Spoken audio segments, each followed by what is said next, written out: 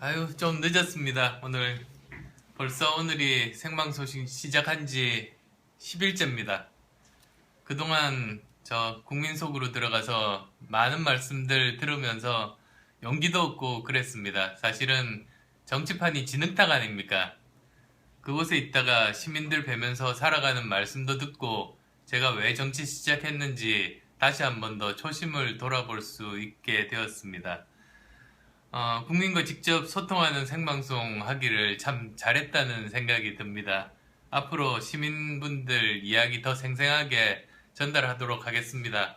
지금까지 회의했어요. 그러다 보니까 오늘 아마 처음으로 그냥 넥타이 메고 이렇게 지금 하게 됩니다. 아직도 집에 못 갔습니다. 오늘 보자. 어떤 이야기부터 말씀드릴까요? 처음에 이제 오늘 처음으로 출근 인사를 했습니다. 그저께 출마 선언하고 어제는 저희 동네 상가 이제 인사하고 오늘은 지하철역 앞에서 이제 출근 인사를 했는데요. 추웠어요. 그래서 정말 옷깃 여미면서 출근하시는 분들 반갑게 인사하고 잘 다녀오시라고 그랬습니다. 추운데도 같이 사진 찍자고 하시는 분들 계셔서 정말 마음도 훈훈했습니다. 어떤 분들이 그럽니다. 제가 언론에 나올 때 하고 직접 볼 때랑 표정이 많이 다르다고 그러세요. 지금도 그러지 않으세요? 근데 좀 더 그래서 밝게 이렇게 말씀들 나누려고 노력하고 있습니다. 방송으로 나오다 보면 좀 편집이 되는데 아무래도 좀 심각한 내용 이야기할 때 웃으면 살 수는 없잖아요? 그런데 그 부분들만 편집되다 보면 좀 평소 표정들, 지금 같은 표정들은 방송에 안 나오게 되는 거예요. 그게 또 고민이긴 한데 어쨌든 어렵게 힘들게 살아가는 분들 위해서도 제가 항상 밝게 표정을 지어야겠다 생각을 합니다. 거대 정당들이 선거만 되면 도와달라고 합니다. 그런데 생각해보면 이상하지 않으세요? 오히려 정당이 국민들을 도와드리겠습니다 해야 되지 않아요? 근데 반대로 도와달라고만 합니다. 오히려 국민들께 도와달라고 부탁만 하고 그래서 저 표를 주면 그 다음에는 나 몰라라 하는 그런 게 계속 반복됩니다. 저희는 그러지 말아야 되겠다. 오히려 도와달라는 말보다 저희가 어떻게 도와드리겠다 그런 정당이 되어야 되겠습니다. 또 오늘 오후에 이제 당사에서 기자들과 이렇게 잠시 서서 대화를 나눴습니다. 공식적인 기자회견은 아니었고 현안에 대해서 기자분들이 워낙 궁금해 하시길래 그리고 제가 계속 답 안 하고 있으면 굉장히 힘들어지거든요. 기자분들도 그 위에 또 보스들이 있어서 빨리 안 하러 오면 구박받습니다. 제가 이야기 안 하면 그분들 구박받으니까 그분들을 위해서도 좀 말씀드려야 되겠다 싶어서 그분들 구해주러 오늘은 사실 이야기들을 하게 됐는데요. 총선 의미에 대해서 제가 말씀을 드렸었어요. 이 20대 이번에 총선은 우리나라에게 그리고 국민들에게 어떤 의미인가? 저는 지금 우리가 과거와 미래가 충돌하는 그런 지점에 있으니까 이번 총선은 과거와 미래의 싸움이고 또 낡음과 새로움 간의 싸움이고 선택이다. 저는 그렇게 규정을 하고 싶습니다. 이 정치가 만약에 새로움 그리고 미래로 가지 못하면 우리나라는 정말로 커다란 위기에 빠질 거라는 절박감을 가지고 있습니다.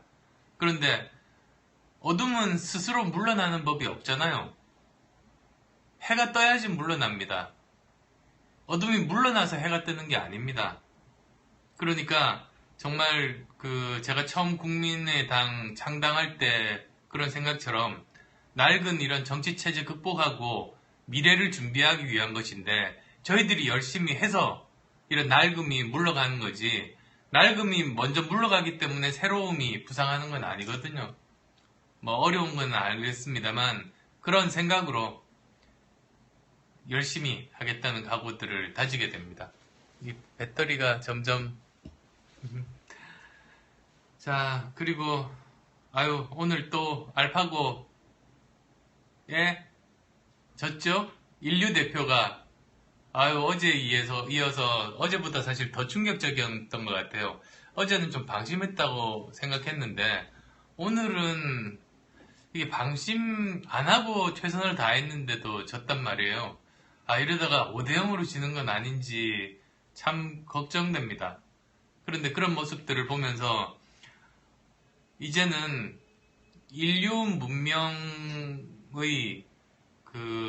한 축이 바뀌는 그런 느낌들을 가지게 됩니다. 이렇게 빨리 발전하는데 우리는 어떻게 과연 살아남을 것인가? 그런 걱정이 앞서요. 엘빈 토플러 그랬지 않습니까? 그러니까 미래학자인 엘빈 토플러가 그 회사는 시속 100마일의 속도로 바뀐답니다.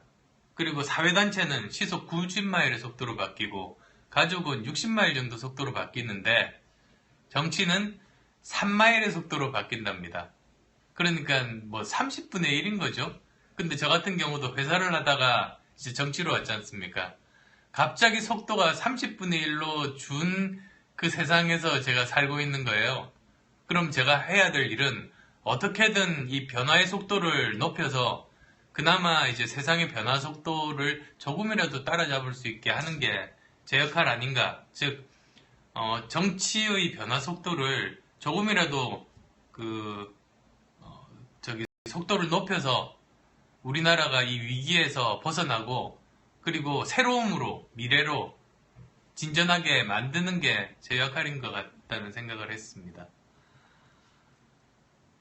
그리고 또 어떤 말씀을 그 기자분들께 드렸냐면 이제 더불어민주당 김종인 대표께서 이제 여러 가지 말씀들을 하셨어요.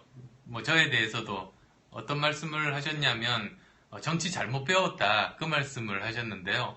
그 말 듣고 생각해 보니까 국민들이 저보고 정치 배우라고 하신 건 아니지 않습니까? 정치 바꾸라고 하신 거예요. 그리고 만약에 정치가 다른 사람 조롱하는 거라면 그럼 저는 그런 정치 배우고 싶지 않다 생각합니다. 그리고 기자분들께도 그렇게 말씀을 드렸습니다. 그리고 또 이제 기자분들 관심이 야권 통합, 연대에 많이 지금 몰려 있습니다. 제가 계속 이야기했는데도 별로 믿지를 않아요. 근데 이제 일단은 통합에 대해서는 지난주에 저희 당의 모든 국회의원들 그리고 모든 최고위원들이 다 모여서 연석회의를 해서 통합은 없다 그렇게 결론을 냈습니다.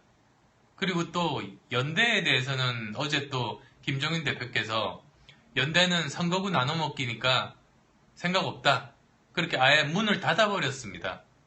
그러니까 이제 뭐 논의가 이제는 가능하지 않게 된 겁니다. 그래서 이제 이 문제는 이 정도로 지금은 일단은 넘어가는 것 아닌가 싶습니다.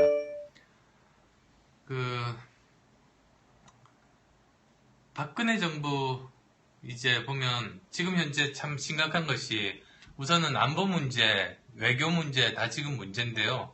경제가 제일 문제입니다. 여러분들 그거 아세요? 지금 우리나라가 수출 주도로 이렇게 발전해 왔지 않습니까? 그런데 지금 이제 14개월 연속으로 한 달도 빼지 않고 수출이 감소했습니다. 그리고 최근 석 달간은 수출 감소폭이 더 큽니다. 마이너스 10% 이상 매 석 달 연속으로 지금 빠지고 있어요. 참 굉장히 지금 심각한 상황입니다. 그리고 우리나라 수출의 4분의 1을 차지하는 중국이 지금 성장률이 떨어져요. 그리고 내부 내용도 바뀝니다. 중국이 수출 위주였는데 내수 위주로 바뀝니다. 그럼 우리나라한테 뭐가 지금 문제가 되느냐면 우리나라가 중국에 지금까지 수출했던 대부분이 중간재 수출이었어요. 무슨 뜻이냐면 우리나라에서 중간재를 중국에 수출하면 중국은 그걸 완성품으로 만들어서 수출했습니다. 그러니까 중국이 수출이 잘 될 때는 우리나라도 중국에 수출을 많이 하게 되는 거죠. 근데 만약에 중국이 그 내수 위주로 바뀌게 되면 우리나라가 그러니까 중간재를 수출할 길이 점점 닫히게 되는 거예요. 그러니까 이게 중국이 경제 성장의 질과 양이 바뀌면서 우리나라는 굉장히 큰 위기가 온다고 봅니다. 그리고 이게 또 더 큰 문제인 게 우리나라가 인구가 생산 가능 인구라는 게 있어요. 나이 16세부터 65세까지 정도, 15세부터 64세까지입니다. 그 생산 가능 인구가 올해가 정점이고 내년부터 감소합니다. 그런데 일본 같은 경우가 그럴 때 완전히 모든 소비 지수가 마이너스가 돼버린 적이 있습니다. 일본은 그게 1995년, 96년 때 그런 일이 생겼는데 우리나라가 지금 거기입니다. 그러면 올해도 지금 굉장히 좋지 않은데 내년 되면 거의 확실하게 좋지 않아질 겁니다. 추락할 수도 있습니다. 이런 것들에 대한 대비가 되어 있는지 지금 모르겠습니다.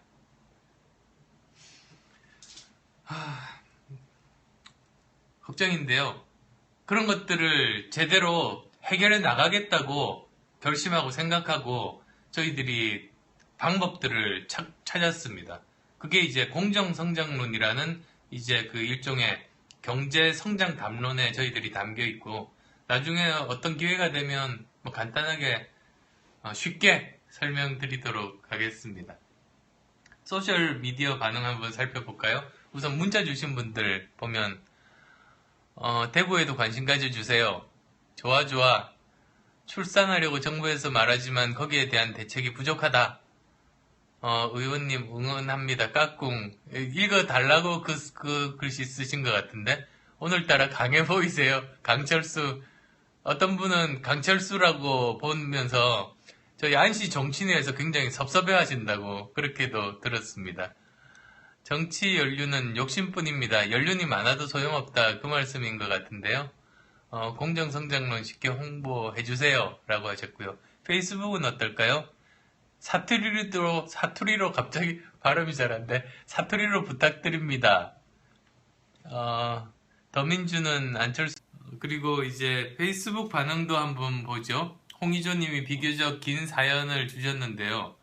34살 두 아이의 아빠이고 자영업을 하면서 열심히 살아가고 있는 젊은이입니다. 사실 정치엔 큰 관심을 두고 있지 않았지만 이젠 제 아이들이 살아갈 세상은 좀 더 아름다운 세상이길 바라면서 글을 남깁니다. 최소한 안철수 대표님께서는 마음의 울분이 겉으로 드러나는 분 같아 보였습니다. 여야의 다른 대표분들은 어떤 이슈와 사건 속에도 그 속을 알 수 없더군요. 젊은 저로서는 인간적인 면과 소신을 지킬 수 있는 패기를 가진 분이 안철수 대표님이라고 믿고 생애 처음으로 당을 가입하셨네요. 당원이시구나. 예. 부디 소신 있는 모습으로 행보 이어가시기를 바랍니다. 지치지 마세요. 젊은이로서 부탁드립니다. 라고 하셨습니다. 절대로 조심 잃지 않도록 하겠습니다. 자, 전기수님은 100마일에서 3마일의 정치 세계가 얼마나 깝깝하실까라고 말씀을 주셨네요. 그러게요. 정치 속도를 높여서 미래와 만날 수 있도록 하겠습니다. 안성진님께서 많은 사람들이 이야기하겠지만 헤어스타일 좀 바꿔주시면 안 되나요? 라고 하셨네요. 새정치에는 새로운 헤어스타일이 필요한 것 같은데 예, 헤어스타일 어떻게 바꾸지? 어떻게 바꾸지?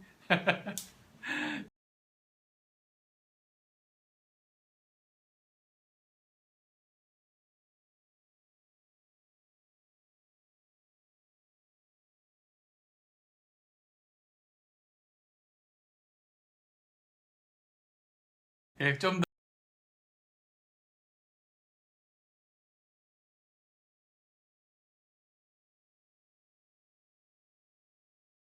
더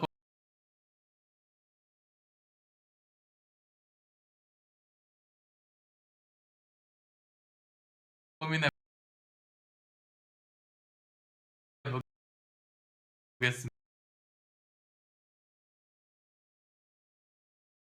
보겠습니다. 트위터 반응입니다. 김정민님께서 바둑 얘기 해주셨네요. 자, 이세돌 구단 못 이겨도 괜찮아요. 즐거운 마음으로 응원했습니다. 우리 모두 축제라고 생각하고 이세돌 구단 응원하면 그 자체로 즐거운 시간이라고 생각합니다. 안 의원님도 열심히만 해주시면 그 자체로 응원하겠습니다. 라고 해주셨어요. 40대 주부이신 우분투님은 로만 내몰면서 마치 거한 선물 안기는 듯하는 이들과 달랐으면 합니다. 라고 의견 주셨습니다. 정말 좋은 일자리 많이 만들도록 국민의당이 최선 다하겠습니다. 우분투는 남아프리카 공화국 말로 알고 있는데요. 제가 존경하는 넬슨 만델라 대통령께서 쓰신 말로 유명하다고 알고 있습니다. 인간은 혼자서는 살아갈 수 없는 존재라는 뜻을 가졌다고 합니다. 더불어 잘 사는 세상, 따뜻한 골목, 따뜻한 공동체, 우리 미래를 이렇게 만들어가는데 힘을 모았으면 합니다. 마지막으로 설탕에 켜켜이 묻은 락제제님이 보내주신 의견입니다. 트윗 3개 연달아 올리셨는데요. 아이와 함께 페리스코프 생방송 보면서 한 이야기라고 하시네요. 이분은 특별하게 자신을 나님, 나님이라고 부르고 아이를 그분으로 부른다고 합니다. 그분과 나란히 앉아 안철수 의원님 페리스코프를 보고 이세돌 구단과 알파고의 세기의 대결에 대한 뉴스들, 트윗에서 있었던 사람의 반응들, 그리고 무엇이 화제거리인지 등에 대해서 짧게 브리핑 해줬고 생각거리를 툭 던져줬답니다. 안철수 국민속으로에서 정치 속도 이야기하신 게 재미있었던 듯 그분께 내가 원하는 걸 이제 편지만 써도 바꿔지는 그런 정치 만들어 주실 거라고, 으쌰으쌰 거리로 나가지 않아도 이런 걸 바꿔주세요 하고 요구하면 바뀌어지는 세상이 올 거라고 했답니다. 이 말이 엄마의 뻥카로 남지 않도록